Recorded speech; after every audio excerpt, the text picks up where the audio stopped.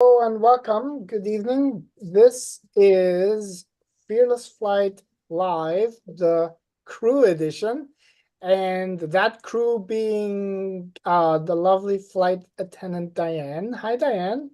Hi, everybody.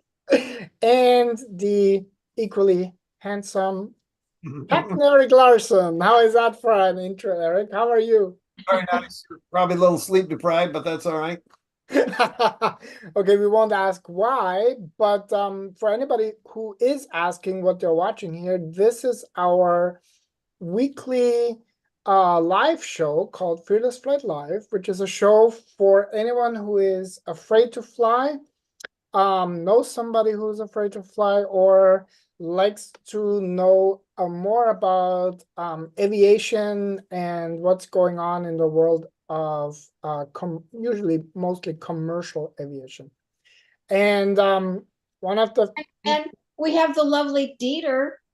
oh yeah, You, Dieter. well, thank you. Yeah. Who we don't have on a crew edition is our chief pilot, Captain Ron Nielsen. So he is currently actually preparing for moving out of his home for the next little while. And I will actually endeavor to bring up the slideshow while I get into that first part. Oh, dear. There we go. As always, firstly, we'll have a plug for our free Facebook group, Birds of a Feather, which is an awesome place to be. We have over 1,500 members, and as a matter of fact, we're going to answer two of the questions that were posted in the group just these past couple days. And but first and foremost, this is what we're gonna go through tonight. Like I said, there's an announcement about the upcoming monthly group coaching webinar. Then we're gonna have Captain Eric give us an update on the LATAM Boeing, that should be Boeing 787, as well as a Malaysian flight 370 update. And lastly, there's been a lot of news around Boeing aircraft lately, so we're gonna address most of them in our aviation news update. But here's the important announcement, and that is on Thursday, we would have had our monthly group coaching webinar, usually on the third Thursday each month. However, because Captain Ron is moving to another home temporarily, we're gonna have to postpone it for a week. It'll now be March 28th, and it'll still be at 6:30 p.m. Pacific. So mark your calendars, March 28th. That's our next monthly group coaching webinar. All right. So let me get back here to the three of us. So I'm curious to kind of like hear about LATAM. I know that's kind of like a world away, being down in Australia, and it was a flight between Australia and New Zealand, right, Captain Eric? I think it was all in the country of Australia. Like they were going to Sydney and came out of Melbourne or something like that. It was just within the continent. So what they would call a local flight for a big shot airline like that was picking up and dropping there. So you guys probably all saw that stuff last week. It was a little over a week ago because I know we were getting a lot of questions. And what happened was a 787 was in flight and had a sudden nosedive, and several people and crew were injured during the resultant dive. And it had been smooth air prior, no warning of it, and smooth air after. And what the company had determined, or at least their version of events, and this will be finalized sometime soon because the airplane showed up intact, and so it'll be real easy to figure out where this stuff, how this originated, where it came from. But the version of events from the airline is that one of the pilots was having his dinner tray handed to him or served to him, and Dieter has a cockpit picture, and he was sitting there getting his tray on his lap, and there's a switch on the seat, rocker switch with a cover that apparently the flight attendant accidentally leaned up against and ran the seat forward, and a combination of either the pilot and or his tray hit the control yoke, jamming that forward, and the aircraft experienced a large amount of negative G's, and it threw several passengers and crew members into the roof, and the crew hit it hard enough, the flight attendants, that they were incapacitated. But the airline has said that the switch, rocker switch that controlled the forward nav seat movement was supposed to be covered, but apparently for some reason it was not. And Boeing has said that if the switch is loose, a cover can cause it to jam, having unintended seat movement either forward or aft. And so the airlines have been directed to inspect the switch and the cover and brief crews to exercise caution in the vicinity of the switch. And I did see a comment by a noted aviation consultant, a former pilot and a safety expert, John Cox, who said, well, if there's a history of this switch sticking, then some corrective action needs to be taken, design wise and whatever. But if this has not happened before, it's a one-off, well, then it's just a tragic accident. And I believe it to be that. I'd certainly never heard of that before. And the results were tragic, but it's probably not a horrible inherent design flaw or something that can't be addressed simply, even though the repercussions of that were kind of severe for the passengers and the flight attendants in the back. So ultimately, it's one of those things that nobody really, I don't know how to say that. Like, sure, ultimately, the maybe the responsibility lies with the pilots, being the people ultimately responsible, but it wasn't something that was You can't plan for that. yeah, you can't plan for that. You Thank can't. You can't say, oh my goodness, what if we accidentally hit the back of the pilot's seat, Yeah. and he or she is thrown forward and hits the yoke because the FA's bringing a dinner tray. I mean, that stretches the imagination beyond doing stuff in a simulator. I mean, you just can't imagine anything like that happening. You mean you guys don't train that in the simulator, Eric? We don't give our pilots food anyway, so it doesn't matter. There's barely time to train the rational stuff. Yes. Yeah. Okay, so that really and we're gonna get to that a little later as well, but that is not something that we can easily give Boeing the fault, correct? Like, that's not a inherent design flaw, because there's over 1,000, I think, of these aircraft in service, flying every day. It is my favorite aircraft to travel. It's just a super sweet ride. And so what I'm saying is this incident is a wild freak incident, and certainly the people that were impacted, flight attendants and passengers especially, and that's my lob to you, Diane, the ones that weren't strapped. Right, and I certainly don't mean to make light of this incident. Please understand, it's always horrible when anyone's injured on an aircraft. That's our job as flight attendants is to make sure that everybody gets where they're going safely, securely, and without incident. So I don't mean to make light, but as the three of us have all said, this is something you just cannot even imagine planning for. And which, as Dieter said, this segues nicely into and I don't mean to be violent, but beating a dead horse.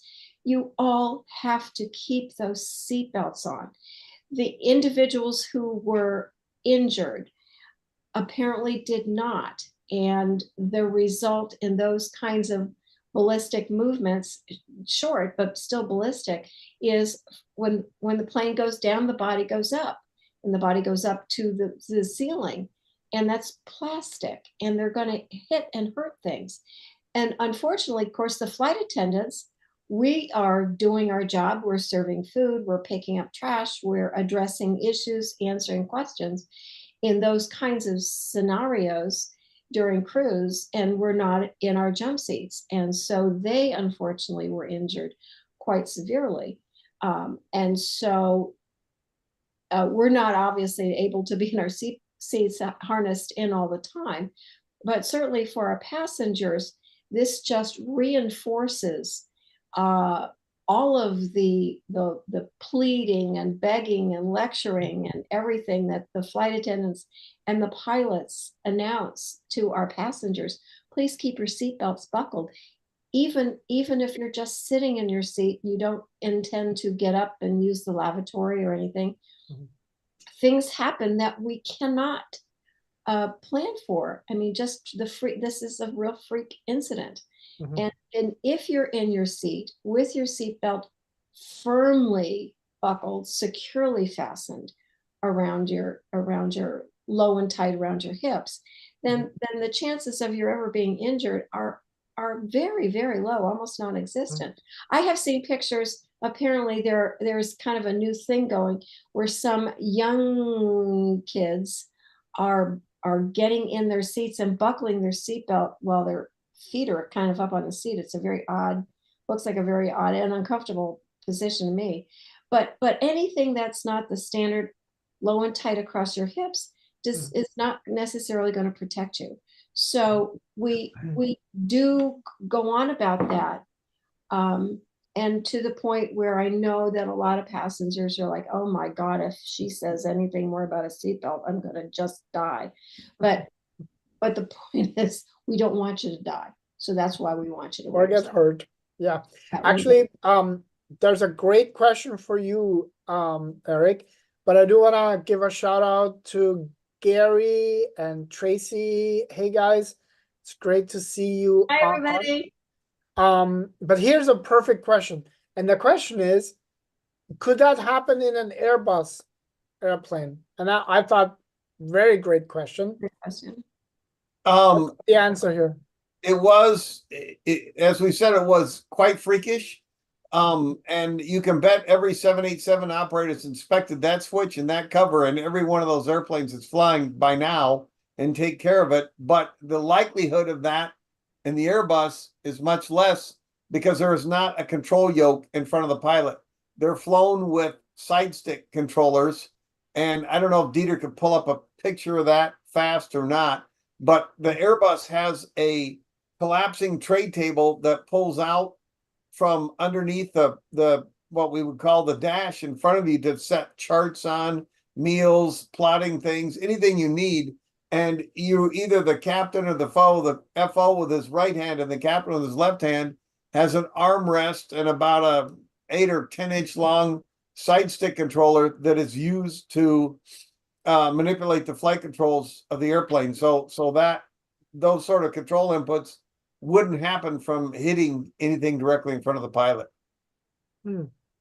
Okay, so let me just get back here. I will have a picture a little later. I'm gonna send one, Dieter, to you. I've got a picture here. Yeah, perfect. But actually, while we get that picture into the slideshow, let's move on to the Malaysian Air MH370 10. I can't believe it's been 10 years. That's crazy. Yeah, we're not to help dredge stuff up for you guys to worry about, but I had to talk about this a little bit. It's the 10th anniversary since the disappearance of Malaysian Air Flight 370, which has not been located, one of the greater aviation mysteries of the world. And it was a 777-300ER like that one. Couple of the significant points are that there were 239 occupants between crew and passengers on board, and several companies searched over 46,000 square miles of open ocean without detecting the airplane. But there is some new hope today. One man I want to point out, we've talked about him before, but he's such a fascinating guy. Richard Godfrey, give you a short curriculum vitae. He has aero engineering degrees and a bunch of advanced degrees in Europe, and he's designed and operated avionics systems in a wide range for a wide range of commercial and military aircraft. And avionics is a pilot word for radios, be they navigation or communication radios. He was also the lead engineer for the integration and testing of the European Space Agency Space Lab with the NASA Space Shuttle. And in this capacity, he designed and implemented a simulator of the NASA Space Shuttle. So this is a really smart guy. And he's the founding member of an independent MH370 investigation group. And since the loss of it, he's published over 59 papers on the topic. The crux of this deal is he and some other guys who I don't have their names now, and I feel horrible about it, have used what the amateur radio operators are. And amateur sounds terrible when you talk about ham radio operators, because those guys are pretty sharp guys too. What they call a whisper link, and that's an acronym, WSPR, for weak signal propagated radio signals, WSPR. And amateur radio signals are going all over the world all the time, and when aircraft penetrate those, avionics or nav radios that are powered up, even though the pilots aren't responding, make a break in the radio wave when they go through it. And since 2009, not having enough stuff to store, these signal disturbances have been stored in a global database since 2009. So Robert, what's the last name? I got to get right. Godfrey, along with a couple of other guys, used this data to pinpoint where they believe the airplane went after that turn point. And they were able to track it a long ways with their guesses of where they think the airplane is, and it closely lined up with analysis by Boeing and Inmarsat, and also a drift analysis by the University of Australia on recovered debris. They all agreed that it's highly likely in a fairly tight area. And there's two deep sea companies, one Ocean Infinity, a marine robotics company, has already submitted a proposal and is prepared to return to the search area. And another company is Deep Sea Vision, that have highly modified cameras on sea drones that have been developed since the search took place. And the CEO says we can't quite read credit card numbers of credit cards on the ocean floor, but really close to that. And so they can fly this sea drone along at 50 meters above the ocean floor and see stuff. And this technology, coupled with the predicted area of a very small predicted area of where they believe the airplane is, the search could possibly be concluded quite rapidly once they finalize approval with the Malaysian government and other peoples to get back and look. And there's obviously everybody who lost somebody in the airplane would like some closures, and there's I think 14 different nationalities of passengers on the airplane. So there's hope even though it's been a long time, that this thing will be found. Mhm. That's Yeah. remarkable. That is incredible. Wow. Both the technology that emerged over the last 10 years to do that, and Right. so a question that popped up in hold on, let me just quickly find. Oh, there it is. Could that still happen today, that a airplane completely disappears from, whatever, the question is, could an airplane today still disappear like that? So I don't think so, and especially now that these methods are there to find them or pinpoint the location rapidly. I'm gonna go with not impossible, but extremely highly unlikely. mhm. Yeah, I would think so too, because if you had that same technology 10 years ago, part of the challenge was that for so long, there was nothing. I mean, when I look at this, the map that we had up earlier, and you see Reunion Island, and that's a long way from, like, we're talking about the proverbial needle in a Yes. Haystack for yeah, sure. needle in a haystack. It's crazy. So wow. Well, I really hope that especially those families get closure and Yeah. can finally put that That would, behind them. that would be a blessing for everyone. Yeah, I hope so. So at the beginning of the show, I mentioned that we're going to be answering two questions, or addressing two questions. The second one I think is not fair, because it's what's up with all the Boeing incidents lately? But the first one is from Kyle in the group, and Kyle wanted to know,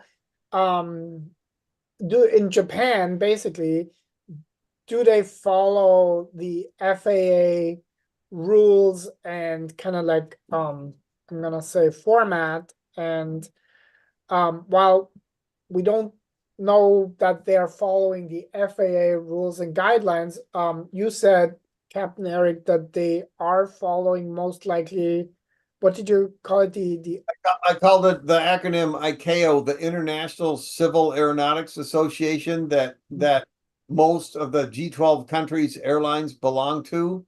And I was trying to Google it real fast and see if Japan Airlines is a member, and I got so much history of different paint jobs and everything they'd had. I couldn't find it for all the weeds, but I feel highly confident they probably are a member of that. They have a stellar safety record, and I think they probably do follow them. And essentially, ICAO is a gigantic worldwide FAA rather than each independent nation's rules, and people sign up and follow those standards, procedures, and regulations. And I think Japan Airlines is a member there, and if they're not, I'll eat crow next week or whatever I'm on again. But I remember also Arnold Barnett telling us that Japan, he has Japan in a tier one airline group. So, and that would lead me to believe that they must follow some of the same standards that give him the confidence to put them into a tier one slot. And what Tracy said, They do. They do. do. Oh, good, you guys found it. All right. Perfect. Thank All you. right, so we can confirm that they do. Got that one right in a row. That's a great streak. I'm the Google queen. Yes, they do. Tracy just said that they just came out with a documentary, I would imagine, on the MH370. And she said, I guess they will add to it once that amazing technology will hopefully find the remains. And yeah, Yeah. I haven't seen the documentary. I've heard of it. but I haven't seen it. So that was the first question. And actually, our daughter just flew on a JAL, Japanese Airlines, from Toronto to Haneda Airport in Tokyo on a 3-week trip over there. And while 14 and a half hours are no fun, no matter how you cut it in an airplane, she definitely enjoyed Japanese airline quality. Because it was a code share. On the way there, they flew with Air Canada. On the way back, it was Japanese airline plane.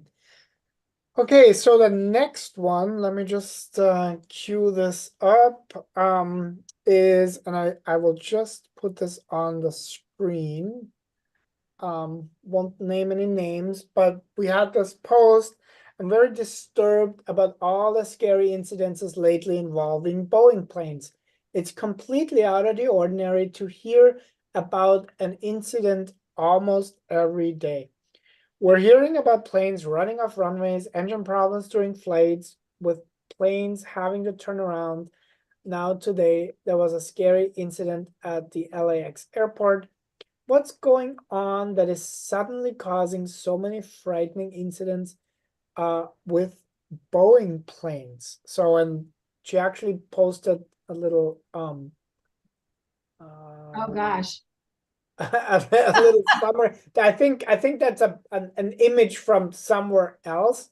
It's actually an image. So what's your response to that, Captain Eric? Like, Well,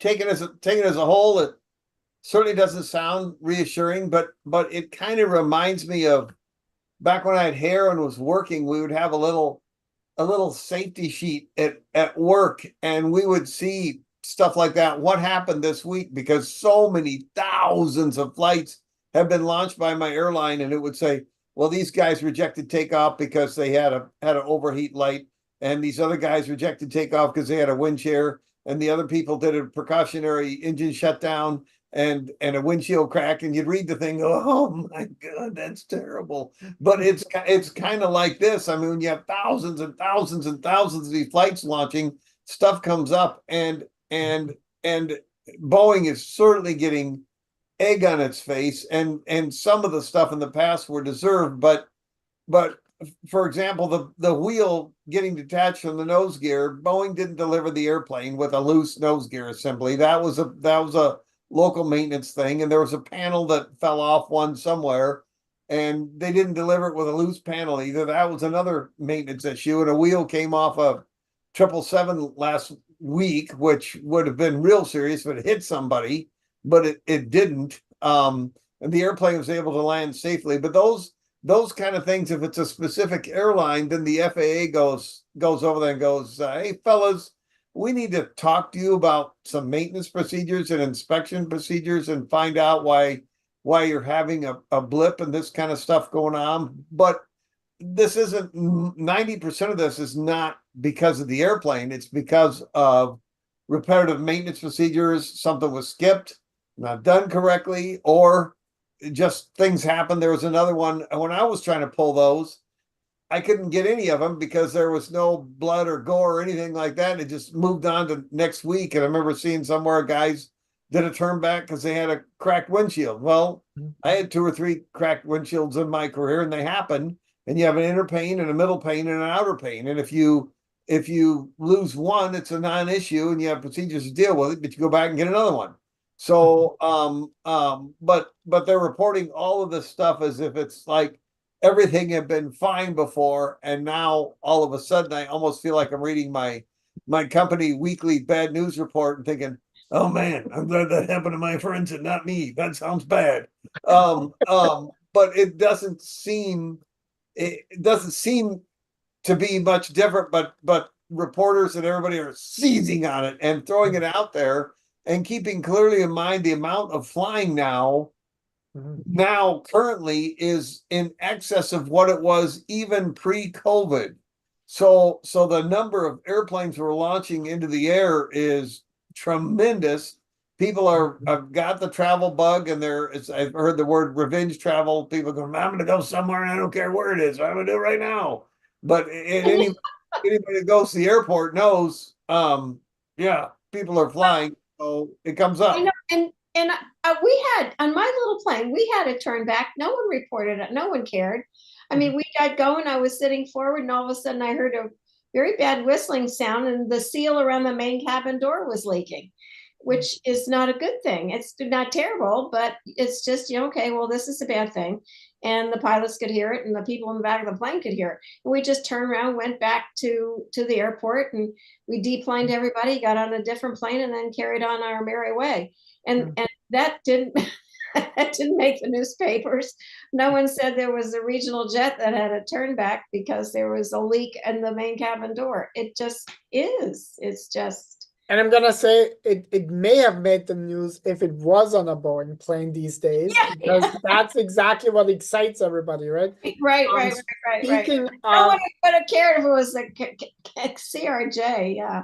Exactly. Speaking of exciting, there's actually Don. Hey Don, had a great question here. He says, I'm curious. It seems like winds have become more of a factor in flying over the last 10 to 20 years. Is that in my imagination? Question mark. But he also wants to know, how are pilots, if at all, being trained, and how are airlines adapting? Is it getting more breezy? Do they fly planes against the wind more frequently in order to safely fly and land? Could it be due to global warming? So I don't know. I mean, you've flown long enough. What's your experience over the decades? Well, Don, that's a beautiful 27-part question. I'll try and hit some of it.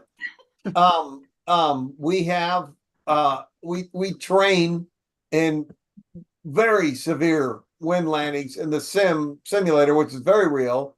And the airplanes have wind limits that above which we're not supposed to land in. In other words, go to another airport. And the forecasting is now getting really, really good, so that we know or can anticipate when we're going to have very high surface winds for wherever we're going, and plan for it. It does seem qualitatively like, gee, weather is more severe now than it used to be when I had hair, but the forecasting is still also very good. So it's mostly just a planning function of the airlines. The pilots and the airplanes can handle it, and it's not a surprise. But if it's out of limits, it's out of limits, and instead of airport A, the flight may get delayed, canceled, or head off to airport B. So I hope I hit some of that. And maybe because there's more planes flying, so there's more planes encountering the wind, and so they're reporting it more. It may be simply a statistical blip and has nothing to do with the actual winds, but whether or not there are more planes encountering the winds.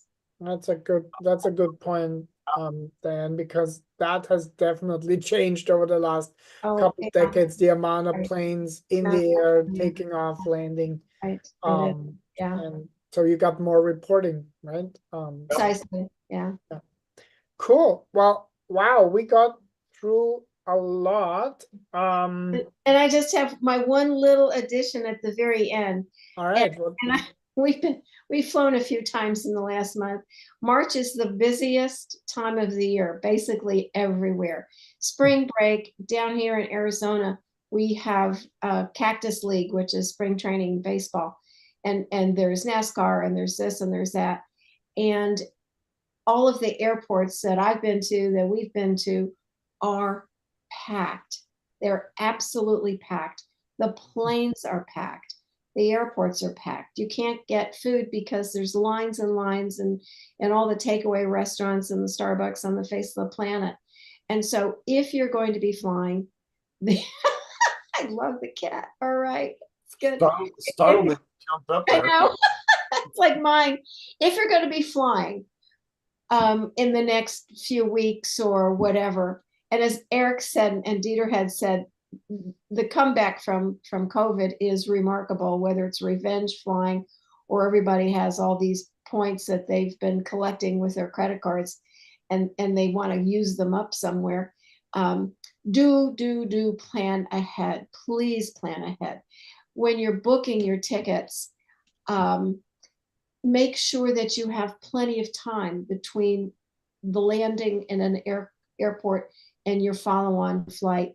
If you're going to be taking a cruise, if you're going to be going to a wedding or graduation or something like that, where you absolutely positively have to be there, consider going the day earlier, because you just don't know what's going to happen. You don't know if your plane's going to be overly full and they're going to bump you off. I mean, you just don't know.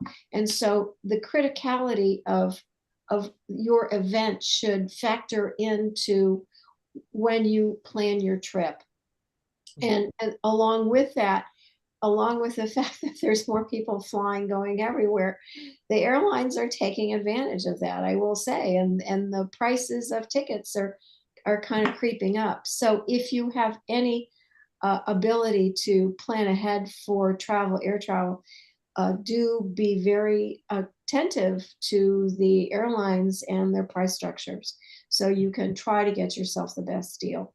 So, you know, planning ahead, there's a lot of people who I'm a plan aheader, which probably does me well as a flight attendant. But if you have those options, please do that. And as always, as I've beaten everybody over the head, when you pack your bags, please pack your patience as well, because it's it's a jungle out there. I'm just saying. And where did you have a security? Where did you encounter a security guard, Diane? Oh, I was leaving. I went up to Albany this last weekend just for a couple nights. I flew up on a Thursday and came back on a Saturday. I had a really dear friend who was turning 90, and I just could not miss her birthday party. And the Albany airport was undergoing a bit of construction. There were so many on a Saturday morning, and my flight was at something like 6:20 in the morning. I was there at 4:45 a.m. The airport was so packed. They had a security guard monitoring people's getting on the escalator to go from the ticketing level up to the gate level. There was that many people. There really, and if you, it was a nightmare. And then the other thing is, if you have ever, everybody out there, if you have ever thought of enrolling in TSA pre-check, that would be a good thing. And I am not shilling for the government, but those non-TSA pre-check lines were forever. And those of us who had TSA pre-check were just slipping right through. So that's another thing that can help reduce your stress level. When security's guarding the escalator, you know they're getting serious. I walked up there and I was in civilian clothes, but I had my airline ID. I was wearing that, and I go marching up, and I realized all of a sudden I had jutted ahead in line, because there was a line to get on the escalator, and I thought, oh my word, this is a first. So, well, thanks for those tips, because they definitely do help reduce some of the anxiety, the some of the stress levels. Right. So I think we got also through all the questions, which is awesome. Thank you so much, Diane and Eric, for offering your time and your wisdom and your expertise. And thank you, Dieter. Thank you, Dieter, for you're very welcome. taking good care of all of us. Oh, you're very welcome. And we'll hope that next week Capt Ron will be on again from his new location. And hopefully has good internet there. We don't know yet, so we'll see. Keep your fingers crossed, everybody.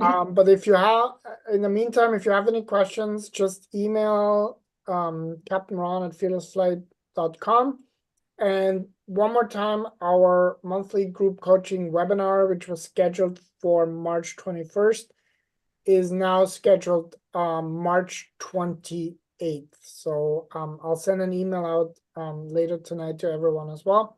So I just want to make sure you guys know. Okay, well, you are very welcome. D says, very interesting. Well, that's exactly what we're aiming for. Yeah, very good. Very good. Awesome. So thank you guys. Thank you for watching and have a great rest of your night.